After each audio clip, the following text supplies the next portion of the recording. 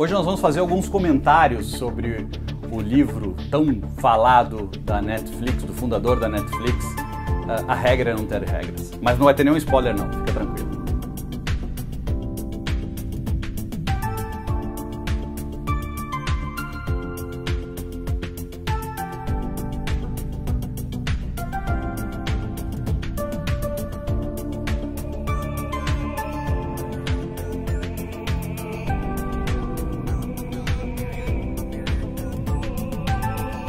Hoje nós vamos falar sobre esse livro aqui, ó, A Regra é Não Ter Regras.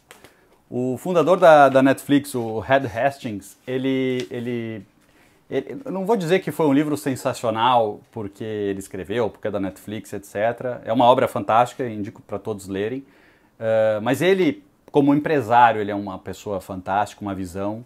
E o que eu vou trazer aqui na nossa conversa agora não é o resumo do livro, não é um spoiler do livro, coisa do tipo. Eu acho que você ler é primordial, até porque cada um de nós pode tirar os seus insights sobre isso, mas o que eu quero compartilhar com vocês é que alguns pontos para mim são super irrelevantes quando a gente fala de fugir da média, né, como protagonizar. E o Netflix eu acho que é um grande exemplo. O primeiro é o caso lá na época, nos anos 2000, que o livro começa com isso, foi o caso quando ele tentou, foi fazer uma reunião com os fundadores e com o conselho da Blockbuster para oferecer a Netflix. A Netflix na época era uma empresa com uma grande dificuldade de implementação do seu modelo ainda, né? Estava ainda trabalhando, tinha prejuízos acima de 50 milhões de dólares por ano. E a Blockbuster era um império, né? Mais de 9 mil lojas, nossa, faturamento de bilhões, a empresa muito forte, muito forte. Bem, passado 20 anos, a gente sabe muito bem como acabou a história. A Netflix hoje vale mais de 180 bilhões de dólares e a Blockbuster deixou de existir.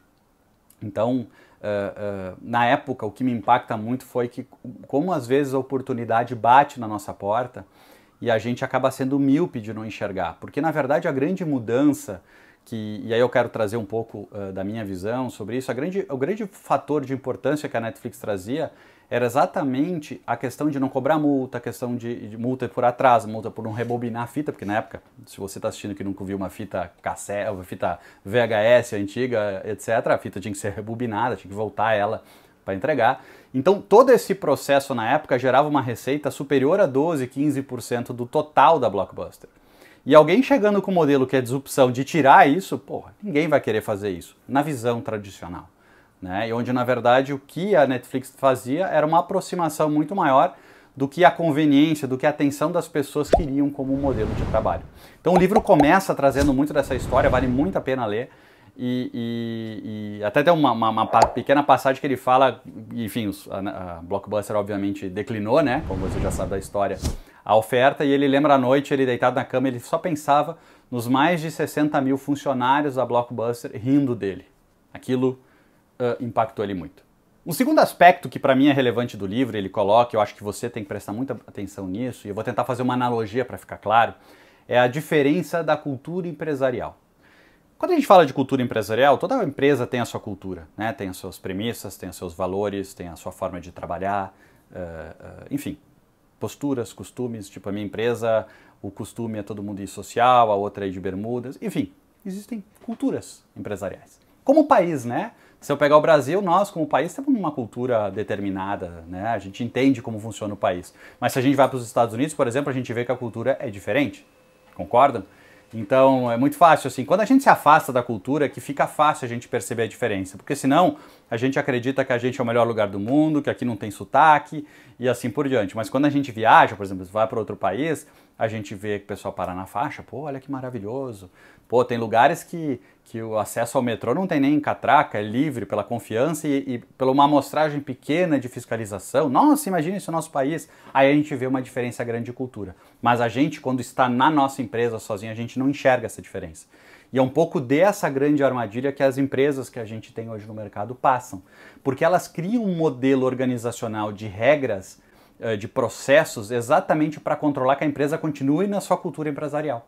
Só que o que ela acaba não vendo é que com isso ela vai engessando a empresa de tal forma que não existe não é uma cultura mais, sim uma determinação. E com isso as pessoas não jogam mais o jogo de tentar melhorar. E sim elas jogam um jogo só de executar porque o nível de controle é tão grande que isso é complicado. E um dos pontos que chama atenção na história da Netflix é exatamente que eles trabalham muito forte a questão de que aqui tem que ter só os melhores. Eles não acreditam no modelo que eu tenho que ter 100 mil funcionários. Eles acreditam no modelo que eu tenho que ter o número de funcionários razoavelmente adequado para fazer o que o cliente espera, mas esse número tem que ser dos melhores. Então, exemplo, se eu tenho 5 funcionários naquele setor, mas só 2 são fodas, são bons, manda os outros 3 embora. Eu vou ficar só com 2. Mas os 2 vão ser os melhores. E vão ser os melhores pagos do mercado. Porque lá o salário não aumenta de acordo com o seu pedido, com o seu interesse. Lá eles pagam o seu salário de acordo com o que o mercado pagaria. De forma que não existe o porquê você querer sair do mercado, do seu trabalho para outra empresa, uma questão financeira, salvo alguém querer pagar muito acima do que o mercado paga. E aí, entre nós, aí não tem empresa que se sustente. Mas é um modelo muito inteligente, porque não é um modelo de valorizar só na necessidade. É um momento que se valoriza do zero, tem que ser o melhor, e no momento que eu tenho uma estrutura composta por atiradores de elite, como eles falam, e não infantarias, eu consigo, com menos gente, pessoas mais capazes, ter um índice de monitorar, um índice de custo de atenção, de garantir que ninguém faça nada errado, as grandes regras, muito menor. Isso faz com que a empresa fique mais leve. E também tem uma segunda característica que volta à primeira do cultura empresarial que eu falei, que a cultura lá é quem conhece mais do tema é que fala, não é o dono que fala mais. Se eu conheço mais de séries de ação, eu vou dar opinião de qual série a gente vai investir.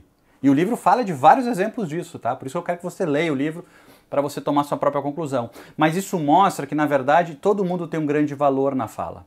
Todo mundo faz parte do projeto. E isso é um grande desafio para muitos empresários aqui no Brasil ainda. Obviamente, o livro fala de vários outros casos, sobre política de viagens, políticas de reembolso, existem vários casos, aí eu deixo você ler, você vai adorar, mas aí para mim isso já não é mais a primeira camada de impacto que fez a Netflix ser quem ela é. Só lembrando, se você não acompanha muito do caso da Netflix, imagine uma empresa que era uma grande locadora de filme que você ia com o seu carro, normalmente ao lado de um posto de gasolina, locar um filme, às vezes tinha o que você queria, às vezes não tinha, você levava para casa, tinha tantos dias para devolver, tinha que devolver rebobinado, se não devolvia no dia, pagava multa, todo esse contexto.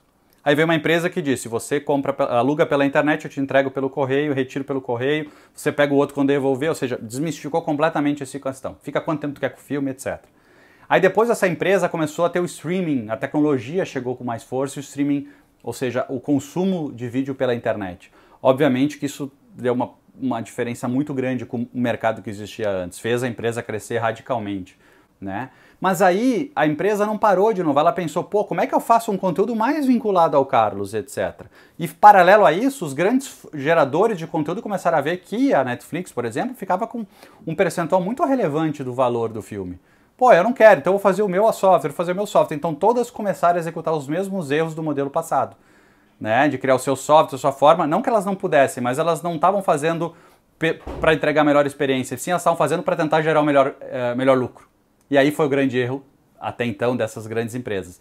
E aí o Netflix passou a gerar o seu conteúdo, por duas razões. Primeiro, que estou com dificuldade de conseguir. Segundo, eu vou fazer o melhor. E aí com inteligência artificial aplicada, começou a fazer as melhores séries, as melhores produções.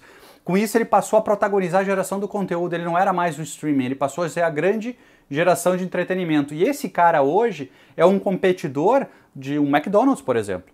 Porque até então, eu queria ir numa loja comer ou num restaurante, e agora eu posso ficar em casa e consumir um produto da minha casa, fazer um lanche e vou assistir Netflix. Então o Netflix hoje é uma das grandes disputas de atenção no mundo. E o Netflix, como a gente colocou, ele não tem um comercial. Você paga para não ter comercial. E isso pode criar uma grande disrupção, inclusive no mercado de mídia no mundo. Então, olha, pode abrir vários capítulos. Então fica a dica, leiam esse livro é fantástico, você vai tirar muitos insights.